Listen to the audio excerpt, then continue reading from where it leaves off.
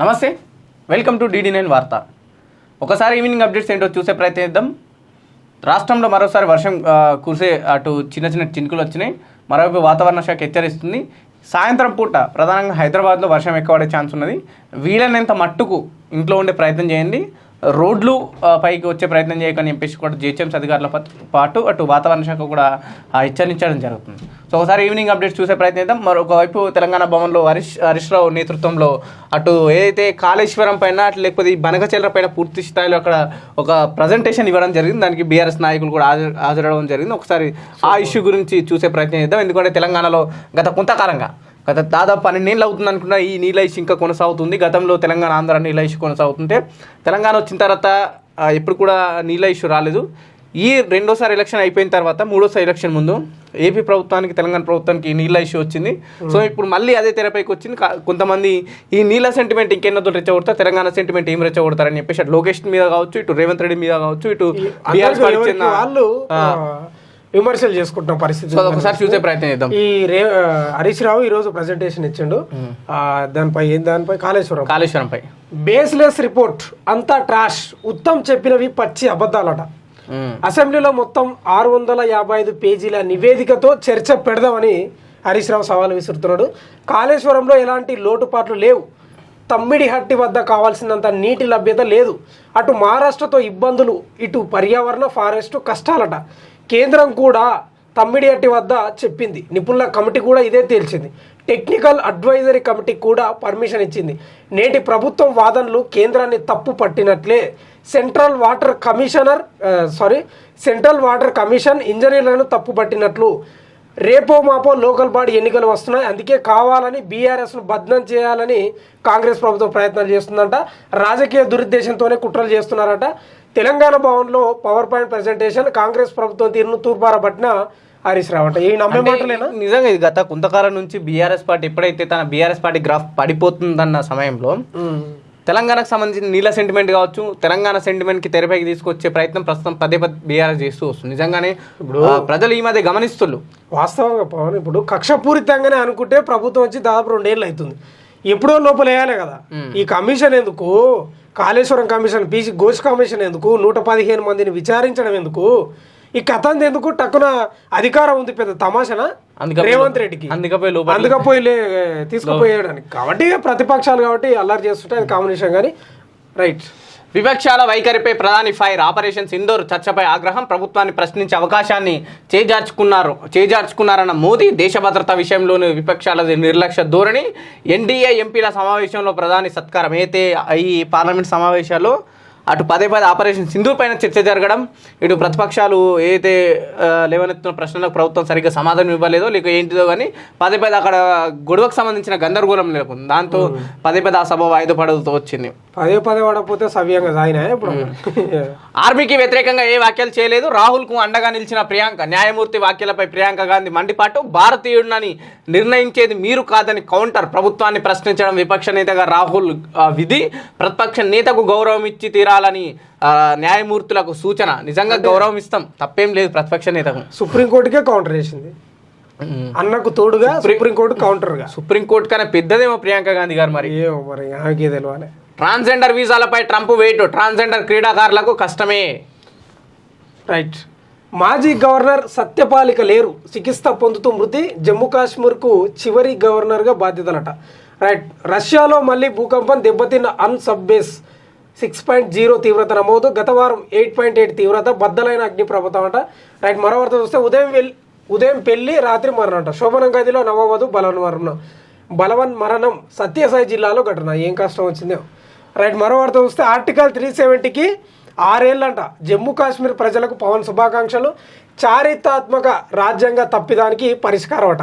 ప్రజలకు సమానత్వం, అభివృద్ధికి మార్గం. జమ్మూ కాశ్మీర్ ప్రజలకు సమాన హక్కులు. ప్రధాని మోదీ నాయకత్వంలో కాశ్మీర్ ప్రజల కళ నెరవేరింది. ఆర్టికల్ 370 రద్దుతో శాంతి, సమగ్రత, అభివృద్ధికి మార్గం అన్న ఇదైతే మంచిదే. ఇది దేశాన్ని ఐక్యత చేయడంలో ఈ యొక్క ఆర్టికల్ను రద్దు చేయడం అనేది మంచిదే, స్వాగతించాలి. మంచిదాన్ని చెడ్డదాన్ని తిరస్కరించాలి. కానీ ఇదైతే మంచిదే. 17,000 కోట్ల రుణం మోసం.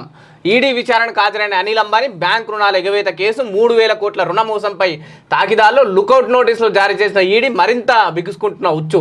అప్పుడేమో నీరవ్ మోడీ, తర్వాత విజయ్ మాల్యా, నీరవ్ మోడీ, ప్రస్తుతం అనిల్ అంబానీ.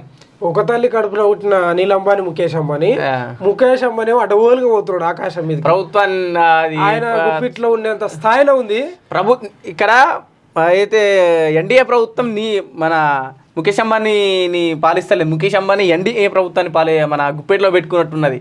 ఎందుకంటే పరిస్థితి ఎట్లుంది అన్నదేమో అట్లుంది. అన్న ఆకాశానికి, తమ్ముడు భూలోకానికి. అంటే ఇంట్లో పుట్టిన వాళ్ళు అంతా ఒకటే రకంగా ఉంటారు అంటే ఇదే. ఢిల్లీలో కాంగ్రెస్ ఆందోళన, బీసీ బిల్లును ఆమోదించాలనే డిమాండ్, 50% రిజర్వేషన్ల స్లాబ్ ఎత్తివేయాలని నినాదాలు. ఆందోళనలో పాల్గొన్న తెలంగాణ ఎంపీలు. ఎల్లో అంబులెన్స్ సంజీవిని పేరుతో తీసుకొస్తున్న సర్కార్. ఏపీలో కొత్త మోడల్స్, అప్డేటెడ్ వర్షన్ అందుబాటులోకి తెచ్చిన ప్రభుత్వం. రైట్. విచారణకు రండి, కేంద్ర మంత్రి బండికి సిట్ పిలుపు. 8వ విచారణకు రావాలని నోటీసులు. ఫోన్ ట్యాపింగ్ కేసులో స్టేట్మెంట్ రికార్డ్ చేయనున్న సిట్. మొదటిసారి విచారణకు హాజరు కాని కేంద్ర మంత్రి ఈసారి వస్తున్నట్లు బండి ప్రకటనట. రైట్. వైఎస్ వివేక హత్య దర్యాప్తు పూర్తి, సుప్రీంకోర్టుకు నివేదించిన సిబిఐ అంట. సిబిఐ ఎంక్వైరీ పూర్తయిందంట, సుప్రీంకోర్టుకు నివేదిక. మన జగన్ బాబాయ్ దర్యాప్తు చేసేందుకు ఏమీ లేదని వివరణ, ధర్మాసనం ఆదేశాలతో ముందుకు వెళ్తామన్న సిబిఐ. మరి ఏమవుతుందో చూడాలి. బంజారాహిల్స్ లో కుంగిన రోడ్డు, కూరుకుపోయిన వాటర్ ట్యాంకర్ అట. డ్రైవర్, క్లీనర్ కు తీవ్ర గాయాలు, సహాయక చర్యలు చేపట్టిన పోలీసులు. ఆడ గుంత ఉందో, ఆడ డ్రైనేజ్ ఉందో తెలుస్తలేదు. విచారణకు రండి కేంద్ర. రెండేళ్లు బయట చదివితే లోకల్ కాదా అభ్యంతరం వ్యక్తం చేసిన సుప్రీంకోర్టు. 10 ఏళ్లు స్టేట్లో ఉండి 2 ఏళ్లు బయటకు వెళ్తే అనర్హుల.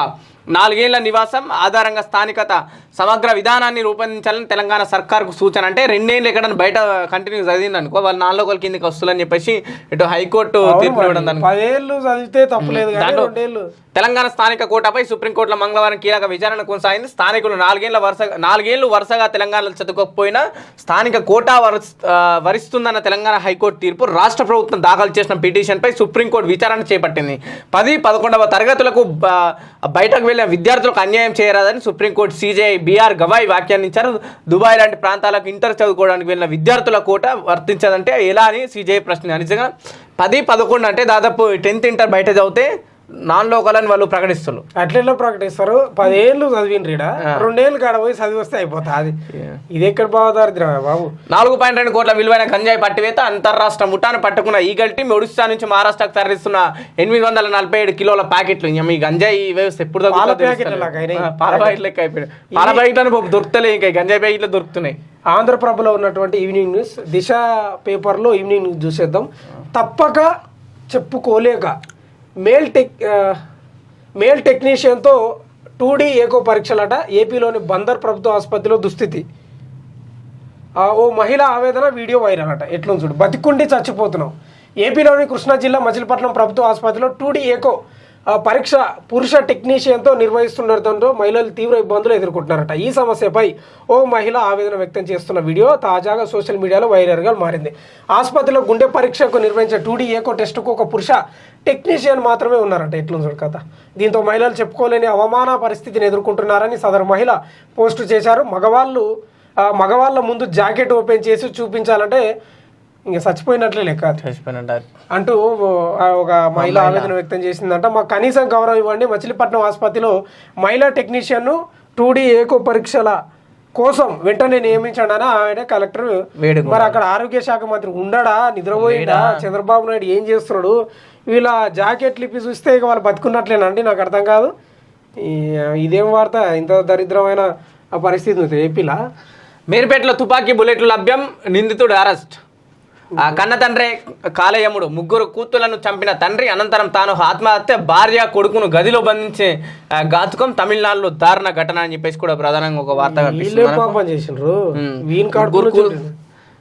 వీళ్ళు ఒకళ్ళు 7 ఎన్నేళ్ళు, ఒకరికి 9 ఏళ్ళు, 7 ఏళ్ళు, 3 ఏళ్ళు, అంతగానో 10 ఏళ్ళు కూడా దాటలేదు. కన్న తండ్రి కాలయముడై తన 3 కూతుళ్లను కత్తితో నరికి చంపాడు. ఆపై తండ్రి కూడా ఆత్మహత్య చేసుకున్న ఈ దారుణ ఘటన తమిళనాడులోని నమక్కల్ జిల్లాలో చోటు చేసుకుంది. వివరాల్లోకి వెళ్తే నమక్కల్ జిల్లా రాశిపురం ప్రాంతానికి చెందిన గోవిందరాజు 36 ఏళ్ళు. చిన్నోడే, పెద్దోడేం కాదు. ఇల్లు కట్టుకోవడానికి పెద్ద మొత్తంలో అప్పు చేశాడు. అప్పులు చెల్లించలేక అతను తీవ్ర ఒత్తిడికి లోనయ్యాడు. నిన్న రాత్రి భోజనం తర్వాత తన భార్య భారతి 26 ఏళ్ళే, చిన్న ఏజ్, వారి 7 ఏళ్ల వయసున్న కొడుకు అనీశ్వరన్ బెడ్రూమ్లో నిద్రపోగా గోవిందరాజు అతని ముగ్గురు కుమార్తెలు హాల్లో పడుకున్నారు. తెల్లవారుజామున తన భార్య కుమారుడు బయటికి రాకుండా బెడ్రూమ్ గదికి తాళం వేసి బంధించాడు. అనంతరం ముగ్గురు కూతుళ్ళు ప్రతీషశ్రీ, రితికశ్రీ, దేవిశ్రీ ఇలాను పదునైన కొడవలితో గొంతు కోసి హత్య చేసినాడు. ఈ దారుణ చర్యకు పాల్పడిన తర్వాత ఆపై అతను విషం తాగి ఆత్మహత్య చేసుకున్నాడంట. స్థానికుల సమాచారం. అప్పులు చేసి కట్టుకోకూడదురా బాబు, పెళ్లిళ్ళు కానీ ఇండ్లు కానీ కట్టుడు పోని ఇంకా ముగ్గురు కూతురు ఒక కొడుకు కాదు. అప్పులు చేసి కట్టేంత అవసరం ఏముంది? చెయ్యాలి అప్పులు. మన పరిధి ఏంది, మన స్థాయి ఏంది, మనం కట్టగలుగుతాం అనేది. ఈ ముగ్గురు పిల్లలు ఏం చేశారు రా బాబు? కనేటప్పుడు గుర్తులేదా? పిల్లల్ని పెంచి పోషించాలి, ఇల్లు కట్టాలి, పెద్ద కథలు ఉంటాయని. పెంపుడు కుక్క తెచ్చిన తంట బ్లేడ్తో గొంతు కోసుకున్న యజమాని ఏపీలోని విజయనగరం జిల్లాలో ఘటన. ఆంధ్రప్రదేశ్ రాష్ట్రం విజయనగరం జిల్లాలోని రాజంలోని గాయత్రి కాలనీకి చెందిన ఓ వ్యక్తికి చెందిన పెంపుడు కుక్క తరచూ పక్కింటికి వెళ్ళి మల విసర్జన చేస్తుండనే ఈ క్రమంలో గత రాత్రి కూడా ఇదే విధంగా పక్కింటికి వెళ్ళి మల విసర్జన చేసింది. ఈ విషయంపై పెంపుడు కుక్క యజమానిని నిలదీశారు. ఈ క్రమంలో ఇరు కుటుంబాల మధ్య మాట పెరిగి గొడవకు దారితీసింది. గొడవ తీవ్రం కావడంతో కుక్క యజమాని బ్లేడ్తో గొంతు కోసుకొని ఆత్మహత్య చేసుకున్నాడు. ఇది విచిత్రం ఉన్నది. కుక్క తెచ్చిన తంట కుక్కలో విశ్వాసానికి మారిపోయి ఓసారి విశ్వాసం లేకుండా ఇస్తాయి నిజంగా. రైట్, మరో వార్త. భాషా విషయంలో హుందాగా ప్రవర్తించాలి. మాజీ ఉపరాష్ట్రపతి వెంకయ్యనాయుడు గారు పదే తెలుగు భాషను రక్షించాలి, తెలుగు మీడియమే ఉండాలంటాడు. మళ్ళీ వీళ్ళ మనవాళ్ళు ఏదో అవుతారో తెలియదు. ఇంగ్లీష్ ఈ తెలుగు ఎవరికి కాదు, తెలుగు ఎవరికైనా అక్కర వస్తుందే. జాబ్ చేయాలంటే హైదరాబాద్ లో తెక్తలేరు, ఇంగ్లీష్ మాట్లాడకపోతే ఒక రకంగా చూస్తున్నారు. వీళ్ళేమో పెద్ద అక్షరాలు ప్రచురిస్తారు పేపర్లలో. కేంద్ర మంత్రి బండికి నోటీసులు అంట. ఫోన్ ట్యాపింగ్ కేసులో 8న విచారణకు రావాలని సిట్ అంట. ఏం చెప్తావు, పోయి చెప్పగల. జమ్మూ కాశ్మీర్లో మాజీ గవర్నర్ సత్యపాల్ మాలిక్ కన్నుమూత, ఆసుపత్రిలో చికిత్స పొందుతూ తుది శ్వాస. రాజకీయ ప్రముఖుల సంతాపం. ఒకసారి చదువుదాం. తెలుగు రాష్ట్రాల్లో సంచలనంగా మారిన ఫోన్ ట్యాపింగ్ కేసులో సిట్ విచారణ ముమ్మరంగా కొనసాగుతుంది. ఈ కేసులో ఆరోపణలు ఎదుర్కొంటున్న వారిని సిట్ అధికారులు విచారిస్తూనే ఉన్నారు. దర్యాప్తులో భాగంగా కేంద్ర మంత్రి బండి సంజయ్ నోటీసులు ఇచ్చింది. గతంలో తమ ఫోన్లు ట్యాపింగ్కు గురైనట్లు ఆరోపించి ఫిర్యాదు చేసిన నేతలకు కూడా సిట్ అధికారులు నోటీసులు ఇచ్చి వారిచే స్టేట్మెంట్లు రికార్డు చేస్తున్నారు. మొదట జూలై 15న సిట్ నుంచి నోటీసులు అందుకున్న కేంద్ర మంత్రి బండి సంజయ్ జూలై 24 విచారణకు హాజరు కావాల్సి ఉంది. అయితే ముందే ఫిక్స్ అయిన అధికార కార్యక్రమాల వల్ల విచారణకు హాజరు కావడం లేదని విచారణ అధికారులకు సమాచారం అందజేశారు. దీంతో ఇవాళ మరోసారి సిట్టు ఈ నెల 8న విచారణకు రావాలని పంపించిందంట. పోతాడంట. మరి ఏం చెప్తా అంటే గతంలో ఫోన్ ట్యాపింగ్ విషయంలో పర్మాలు కొంత ఎవరైతే కంప్లైంట్ ఇచ్చిన వాళ్ళు లేకపోతే ఫోన్ ట్యాప్ అయిన వాళ్ళని సిట్టు విచారించింది. రైట్. దీనికా కరోడపతి అంట. చనిపోయిన మహిళా అకౌంట్లో 1.13 లక్షల కోట్ల జమనంట. బ్యాంక్ అధికారుల సమాచారం. Account freeze. ఆదాయ పన్ను శాఖకు ఫిర్యాదు అంట. ఏందా ఇది? భార్యను కాపాడబోయి భర్త మరో మహిళ మృతి. వికారాబాద్ జిల్లాలో ఘటన. మైనర్పై లైంగిక దాడికి యత్నం, చితకబాదిన స్థానికులు. అదుపులోకి తీసుకున్న పోలీసులు. మైనర్పై లైంగిక దాడికి యత్నించిన యువకుడిని స్థానికులు చితకబాది పోలీసులకు అప్పగించారు. ఈ ఘటన వికారాబాద్ జిల్లా పూడూరు మండలం దామగుండం అటవీ ప్రాంతంలో జరిగింది. ఒడిశా రాష్ట్రం నుంచి కొన్ని కుటుంబాలు వచ్చి నేవీ రాడర్ స్థలంలో పనులు చేస్తున్న వారిలో కృష్ణ అనే యువకుడు అదే ప్రాంతానికి చెందిన మైనర్ పాప 8 సంవత్సరాలకు ఉంది. లైంగిక దాడికి యత్నించారు. పాప అర్పులతో స్థానికులు గమనించారు. యువకుడిని చితకబాదారు. పోలీసులు యువకుడిని అదుపులోకి తీసుకున్నారని చెప్పేసి కూడా ప్రధానంగా వార్త. అడవి జంతువులు కూడా సిగ్గుపడతాయి ఇలా చూసి. ఈ చిన్న పిల్లలతోటి ఏం కథ అది? ఎంత దారుణం అది. కామందులు ఎక్కువైపోయినాయి. రైట్, ఒకసారి వార్తలో ఈవినింగ్ న్యూస్ అప్డేట్ చూసే ప్రయత్నం చేద్దాం. భయం సీఎం భరోసా ఇవ్వాలి. వాహనాలు ప్రయాణిస్తున్న సమయంలోనే ఉన్నట్టుండి రహదారులు కుంగిపోవడం భయానకమైన పరిస్థితి. జూబ్లీహిల్స్ ఘటన నేపథ్యంలో ఎక్కడికక్కడ ఏ రహదారి కుంగుతుందో అనే భయం మాత్రం నగర ప్రజల్లో నెలకొంది. మరి దీనిపై ప్రభుత్వం స్పందించాల్సిన అవసరం ఉంది. ప్రజలకు భరోసా కల్పించాల్సిన పరిస్థితి నెలకొంది. ప్రస్తుతం రహదారుల డొల్లతనంపై సమీక్ష చాలా అవసరం. అసలు మహానగరంలో ఇంకా ఎన్ని రహదారు ప్రమాదాలకు దగ్గరున్నాయో గుర్తించాల్సిన అవసరం ఉంది. భారీ వర్షాల సందర్భంగా అనుకోకుండా రహదారులు కుంగిపోవడం పట్ల ప్రభుత్వం సీరియస్గానే వ్యవహరించాలి. అంటే ఈరోజు ఏదైతే జూబ్లీహిల్స్ బంజారాహిల్స్ రోడ్ నెంబర్ 1లో ఆ రోడ్ కుంగిన విషయంలో దానికి సంబంధించిన వార్త కూడా మనం చూడొచ్చు. సీఎం గారు స్పందించాలని చెప్పేసి కూడా అక్కడున్న స్థానికులు సీఎం గారికి చెప్పడం జరుగుతుంది. కాళేశ్వరంపై కేసీఆర్ సోలో డిసిషన్. రేవంత్ ఆరోపణలు ఖండించిన హరీష్ రావు. కాళేశ్వరం ప్రాజెక్టుపై కేసీఆర్ సోలో డిసిషన్ తీసుకున్నారని రేవంత్ రెడ్డి ప్రభుత్వం చేసిన ఆరోపణలను మాజీ మంత్రి హరీష్ రావు ఖండించారు. తెలంగాణ భవన్లో కాళేశ్వరం రిపోర్ట్పై ఏర్పాటు చేసిన ప్రెస్ కాన్ఫరెన్స్లో హరీష్ రావు వాస్తవాలు బయటపెట్టారని చెప్పేసి కూడా ప్రధానంగా ఒక వార్త కనిపిస్తుంది. రైట్. భారీ వర్షాల నేపథ్యంలో హైదరాబాద్లోని రహదారుల డొల్లతనం బహిర్గతం అవుతుంది. బంజారాహిల్స్లోని రోడ్ నెంబర్ 1లో రహదారి కుంగిపోవడంతో వాటర్ ట్యాంక్ నాలాలో పడిపోయింది. మహేశ్వరం చాంబర్స్ రోడ్ వద్ద చోటు చేసుకున్న ఈ ఘటన జనాన్ని భయభ్రాంతులకు గురి చేసింది. ఈరోజు ఏదైతే బంజారాహిల్స్ రోడ్ నెంబర్ 1 ఇటు ఈ చాంబర్స్ ఏదైతే మహేశ్వరి చాంబర్స్ దగ్గర ఈ రోడ్ కుంగిపోవడంతో అక్కడికి ఏదైతే వాటర్ ట్యాంక్ ఆ ఛాంబర్కి సమ్ బిల్డింగ్లో వాటర్ సప్లై చేయడానికి వచ్చింది. సో అక్కడ అనుకోకుండా అంటే ఆ నాలా పైన లోడ్లో ఉన్న వాటర్ ట్యాంక్ వెళ్ళడం వల్ల సో అక్కడ పైప్ లైన్ పైకి వెళ్ళడం జనరల్గా ఏంటంటే మనం హైదరాబాద్లో డ్రైనేజ్ వ్యవస్థ ఎట్లుందంటే ఆ పైప్ లైన్ ద్వారా ఇస్తారు అండర్ గ్రౌండ్. సో ఆ పైప్ లైన్ చాలా రోజుల క్రితం ఉండడం వల్ల సో వర్షం కారణంగా ఇంకా అది పలచబడిపోయింది. సో దాంతో లారీ వెళ్ళగానే వన్ సైడ్ కుంగిపోయింది. సో దీంతో డ్రైవర్ కావచ్చు, దాంట్లో ఉన్న క్లీనర్కి తీవ్ర గాయాలు కూడా అయినట్టు మనకు తెలుస్తుంది. సమ్మక్క సారక్క బ్యారేజ్ పరిశీలన. ములుగు జిల్లా కన్నయ్యగూడెం మండలం తుపాకులగూడెం సమ్మక్క సారక్క బ్యారేజ్ను రాష్ట్ర విపత్తు నిర్వహణ ప్రత్యేక ప్రధాన కార్యదర్శి అరవింద్ కుమార్ మంగళవారం పరిశీలించారు. ఆయన వెంటనే కలెక్టర్ దివాకర్, టీఎస్, ఐటీడీఏ వివో, పిఓ చిత్రమిష్ట ఉన్నారని చెప్పేసి కూడా తను మాట్లాడడం జరుగుతుంది. బంజారాహిల్స్లో రహదారి కుంగిపోవడంతో భారీ సొరంగం ఏర్పడింది. అందులో లారీ పడిపోయిన ఘటన ప్రస్తుతం వాహనదారులను టెన్షన్ తెప్పిస్తుంది. భారీ వర్షాలు పడితే పట్టణంలో వాహనాలు ప్రయాణం భద్రం కాదనే భావన నెలకొందని చెప్పేసి కూడా లారీకి సంబంధించిన వార్త ఒకసారి పూర్తి చేద్దాం. ఇదే మహానగరం పైన పటారం లోన లొటారం, రహదారుల డొల్లతనం, ప్రాణ సంకటంగా ప్రయాణం, జనం జరభద్రం, వాహనదారులు తస్మాత్ జాగ్రత్త, ఆదమర్చారు అదాపాతాలకి. మహానగరంలో ప్రజాజీవనం ప్రమాదభరితంగా మారిపోతుంది. భారీ వర్షాలు పడే సందర్భంలో అక్కడ ప్రజలు పడే నరకయాతన వర్ణనాతీతం. ఎడతెరిపి లేకుండా వర్షాలు కురుస్తున్న సమయంలో పట్టణ ప్రజలు ప్రాణాలకు గ్యారెంటీ లేకుండా పోతుంది. నిజంగానే వర్షాలకు కొద్ది వర్షానికి అంటే ఈ మహానగరంలో చిన్నపాటి వర్షానికే పూర్తి స్థాయిలో ప్రధానంగా ఉన్న ఇటు మాదాపూర్, హైటెక్ సిటీ ఇట్లాంటి పెద్ద ఈ ఏరియాలో కూడా చిన్న వర్షానికి 1 గంట 2 గంటలు వర్షం పడితే పూర్తిగా రోడ్లపైకి నీరు వచ్చి నిలవడం, అక్కడ ఉన్న రోడ్లు కుంగిపోవడం, డ్రైనేజ్ క్యాప్స్ ఓపెన్ కావడం, లేకపోతే డ్రైనేజ్ లీక్ అవ్వడం లాంటి సమస్యలు చాలా వరకు జనాలు ఇబ్బంది పెడుతున్నాయి. నిజంగానే చాలా వరకు ఈ సాయంత్రం పూట వర్షం ఎడతెరిపి లేకుండా వర్షాలు పడుతున్నాయి కాబట్టి గత 2-3 రోజులుగా. సో ఇది ఇంకా ఇబ్బంది కలిగిస్తుంది. ఎందుకంటే సాయంత్రం చాలామంది ఆ ఆఫీస్ నుంచి ఇంటికి వెళ్ళే వాళ్ళు కావచ్చు, ఆఫీస్ నుంచి వాళ్ళ గమ్యస్థానాలకు వెళ్ళే వాళ్ళు ఈ సాయంత్రం పూట ఎక్కువ ప్రయాణిస్తారు కాబట్టి ఆ సమయంలో చాలామంది ఇబ్బంది పడుతున్నారు. ఈ హైటెక్ సిటీ మాదాపూర్ లేకపోతే ఇటు సైడ్ కాకుండా ఇంకా మనము ఆ సికింద్రాబాదు, పంజాగుట్ట ఇటు సైడ్ వెళ్తే ఇంకా దారుణంగా ఉంది రోడ్ల పరిస్థితి. సో ఎందుకు జిహెచ్ఎంసీ అధికారులు, మున్సిపల్ అధికారులు ఎందుకు దానిపైన సీరియస్గా చర్యలు తీసుకోవట్లేరంటే ఏమో చాలామంది క్వశ్చన్ మార్గాన్ని మిగిలిపోతుంది. ఇంకోటి ఆ డ్రైనేజ్ పూర్తి స్థాయిలో క్లీన్ ఉండకపోవడం వల్ల కూడా ఆ వాటర్ అక్కడే నిలిచిపోవడం, ఈ వాహనదారులు ఇబ్బంది పడడం, ఒక వరదలా ఏర్పడుతుంది. అంటే దాదాపు చిన్న వర్షానికి చెరువు కుంటల్లో ఏర్పడుతుంది. నేను చూసాం, నాకు తెలిసి 1 గంటనో 2 గంటలు వర్షం పడింది. సో ఆ వర్షానికే పూర్తిగా జలమయం అయిపోయినాయి హైదరాబాద్ రోడ్లన్నీ. సో దానిలో ప్రధానంగా 2 నిమిషాలు మీకు చెప్తాను. ముంచుతున్న వరద, క్రమం తప్పకుండా కురుస్తున్న వర్షాల సందర్భంగా మహానగరాన్ని వరద ముంచెత్తుతుంది. ఈ క్రమంలో వరద ముంపు ప్రాంతవాసులు వర్షాకాలంలో నరకాన్ని చూస్తూ ఉంటారు.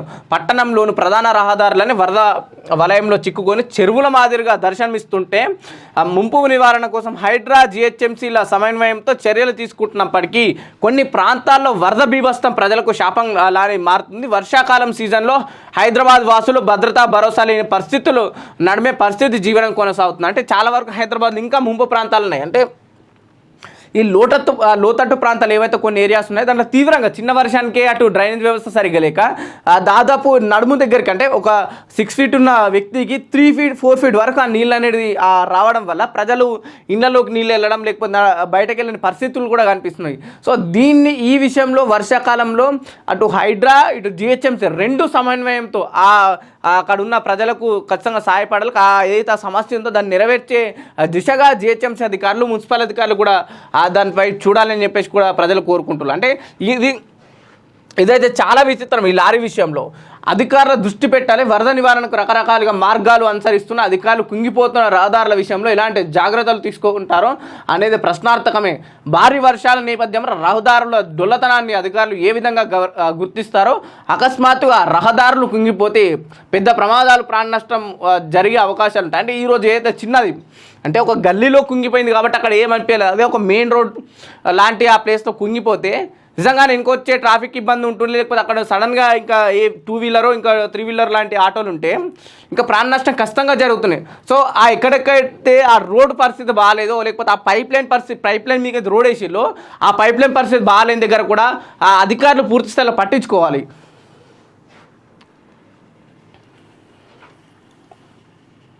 భద్రాచలం సబ్ కలెక్టర్ను మర్యాదపూర్వకంగా కలిసిన మాజీ ఎంపీ బాబురావు.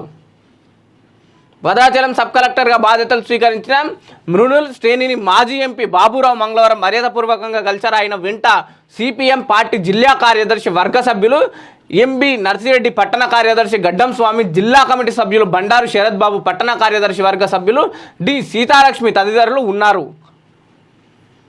ట్రాక్టర్ బోల్తా ములుగు జిల్లా వెంకటాపురం మండలంలోని పాత్రపురం వద్ద పాలెం వాగులో మంగళవారం ట్రాక్టర్ బోల్తా పడింది. ఉధృతంగా ప్రవహిస్తున్న వాగును దాటే క్రమంలో ఈ ఘటన చోటు చేసుకుంది. ఈ ఘటనతో ఎటువంటి నష్టం సంభవించలేదు.